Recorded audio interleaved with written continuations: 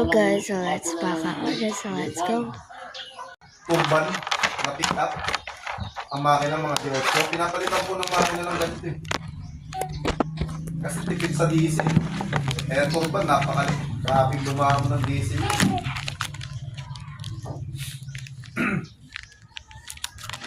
Kaso lang pag-diesel, pagba-overload ka, baka Opo, mahal po talaga pag diesel. hindi ko sumila. Kaya nga kailangan pagka ganyan, ingat, laging aalagaan talaga sa maintenance. Kasi mahal po ang maintenance ng diesel. Kumpara sa gas. Ito, hindi naman ganong ginagawa. Previous time. Hindi, nakakapagsabong pa nga eh. Sabi ko, nasa kanya na lahat ah.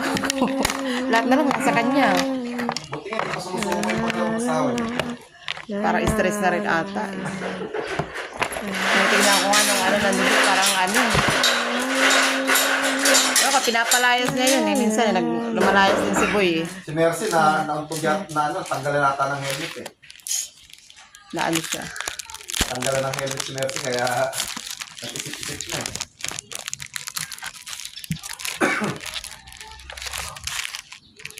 Stress na rin ata yung isa. Ano si Mercy?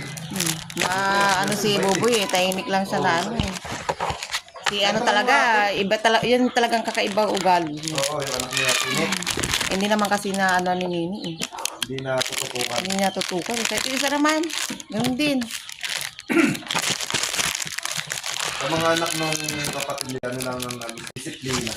Hindi sila ganun kaharagan. So, kumbaga may tato.